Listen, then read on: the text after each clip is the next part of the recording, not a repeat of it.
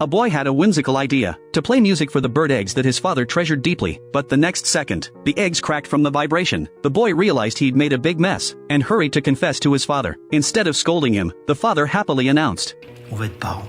As it turns out, birds imprint on the first person they see as their parent, and the boy had unwittingly become the mother of these birds. But little did he know, in the near future, he and these children would accomplish a romantic feat that would astonish all of Europe. 14-year-old Thomas was undeniably an internet-addicted teenager. After his parents divorced, his mother, overwhelmed with work during summer vacation, sent him to his father's house in the countryside. His father was a scientist obsessed with ornithology. He discovered that the number of white-fronted geese was drastically declining, pushing them to the brink of extinction. So he devised a bold plan: artificially incubate the goslings and lead them along a safe migration route. For Thomas, accustomed to urban life, the countryside was a nightmare. No internet, swarms of mosquitoes, and the annoying sound of engines. One day, while listening to music next to the incubator, an egg suddenly cracked open. Thomas witnessed the miracle of birth and, alongside his father, took on the role of the geese's mother. He was particularly fond of a gosling that stood out from the rest and named it Akka. Although his father said Akka was a different species, a barnacle goose, and shouldn't be raised with the others, Thomas insisted on protecting it. As the goslings grew, Thomas learned to fly a glider, preparing to lead them south when migration season arrived. However, the plan hit an unexpected snag. The nature reserve detected that the geese might carry bird flu, and decided to quarantine them. Facing this crisis, Thomas made a brave decision: to seize the moment when no one was watching, take to the skies alone in the glider, and lead the geese away. The journey ahead was full of challenges. Thomas flew over forests, lakes, and the North Sea, enduring storms, even nearly losing Akka. But he never gave up and pressed on. His story quickly spread far and wide. Everywhere he went, people cheered him on, and even a farmer spelled out "Bravo Thomas" in his fields. After a long and arduous journey, Thomas finally led the geese to their destination. However, the head of the environmental agency warned, if the white-fronted geese couldn't return to the Arctic to nest on their own, the entire effort would be meaningless. 6 months later, Thomas and his family returned to the starting point, awaiting a miracle. Just as they were about to lose hope, the geese arrived as promised, proving that Thomas's efforts had not been in vain. This 14-year-old boy not only saved an endangered species, but also showed the world that humans and nature share a common destiny, and only through cherishing it can we ensure a lasting future.